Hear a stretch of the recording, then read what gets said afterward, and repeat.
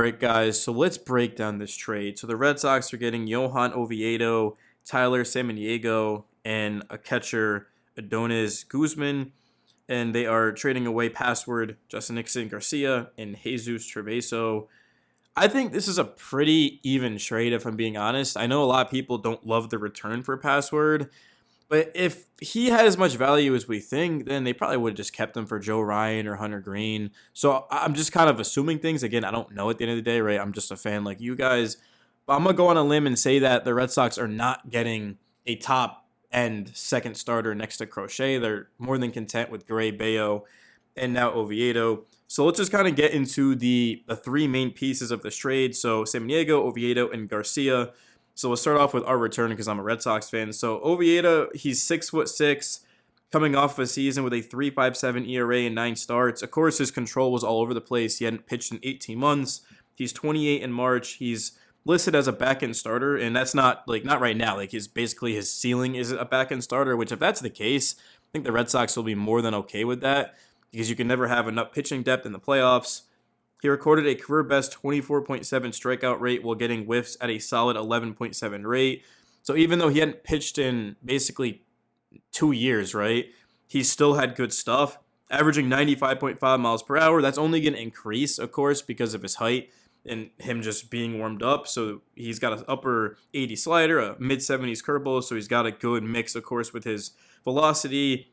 And yeah, his slider has been his best pitch in his career. Now, there is a lot to, no, I shouldn't say a lot, but there is things to dislike about Oviedo, and I would say the main thing is going to be that he just walks a ton of batters. Like, he walked 3 batters in 7 of his 9 starts, issuing free passes at a 13.5% rate overall. I mean, that is just horrific inefficiency, and that's why he didn't work deep into games. He only once pitched into the 6th inning and didn't complete 6 full frames in any appearance, but again, context matters.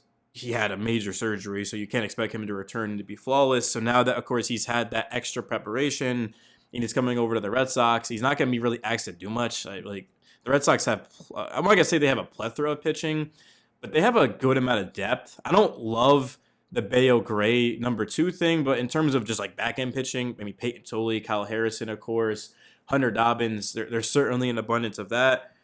I think this trade is, I really think this trade is going to be forgotten about in a couple of months. Like right now, it's pretty cool, but even tomorrow, like it's just a weird trade. I'd love to know why the Red Sox made this. I mean, I'll have more information, of course, probably tomorrow. But in terms of Samaniego, I think this is the most intriguing piece of the trade. He made it up to AA last year. He ended up being drafted in the 15th round in 2021, 3.08 ERA, 2.42 WHIP. 28.3 K percentage, 5.7 walk percentage. He's just basically a true reliever. Some guys are drafted to be relievers, and this is certainly a case. The Red Sox don't have any left-handed pitching in their bullpen outside of Aroldis Chapman, so I do think that matters. They traded everyone away, like Bernardino, of course, like the biggest name. They ended up moving on from him and some of their other lefties. So now you get a guy who has upside, probably can slide in right away for you and give you innings. Wow. I mean, I thought Garcia would be in a bigger trade for a big-time ace, but clearly not. The Red Sox had other intentions, and now this has me thinking, and all I can really do is project because I don't think you trade Garcia unless you're content with your pitching. There has been reports coming out that the Red Sox are focusing on hitting. So, for example, like Kyle Schwarber, Pete Alonso, Alec Bregman. There's also been a couple other guys like a Jorge Polanco has come up. Ketel Marte, the Red Sox have shown interest in him. So this team is focused on their offense. I posted on my Instagram for those of you that follow me. I'm assuming you're coming over from there. If you're not, then welcome to the channel. But I posted saying that I am not content with the top of the Red Sox rotation. Brayan Bello has been durable. He's been consistent, but I don't trust him in game 2 of the playoffs. And then you start to look at, maybe Connolly Early will step up and be that guy. The Red Sox they're asking a lot out of still a rookie to this point to be able to do that. I think he's capable of it.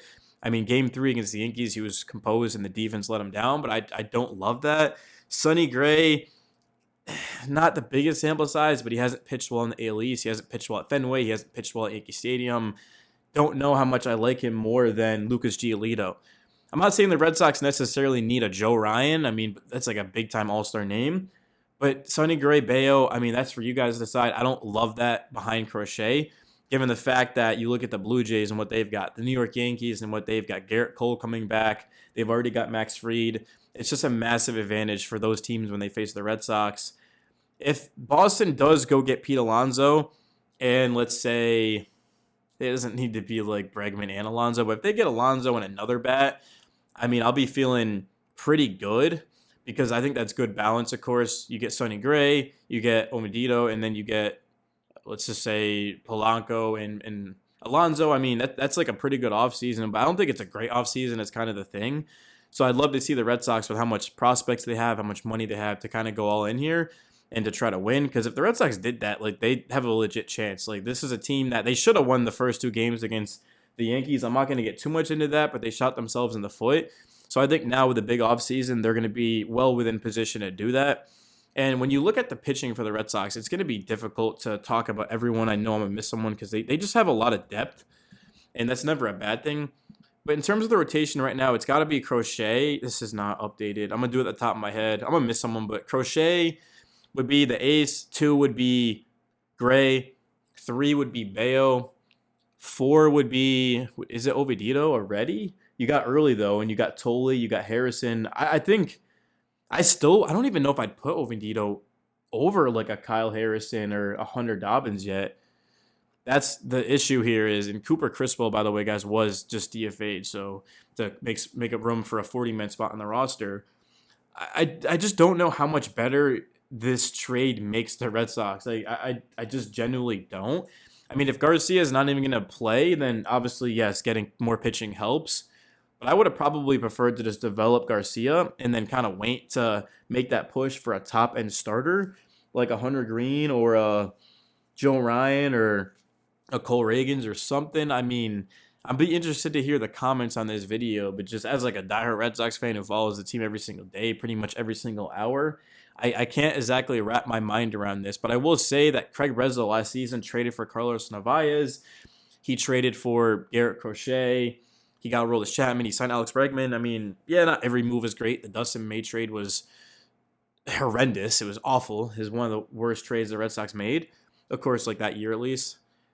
But, I mean, the good certainly outweighs the bad, and not every trade is going to be amazing. But for all we know, this could work out. Like, there is upside to this trade. Like, if the Red Sox do get a consistent back-end starter that can give them production, then, yeah, this is an amazing trade. I just don't know if it's good value for Garcia, but I don't know Garcia's value, right? Like, if I were to kind of speak to executives around the league, I'm sure I might have a different opinion, but just off of what I know, I don't love this trade. I think I'd probably give it a C. I think it's kind of like me, like MEH, right? It's just a trade.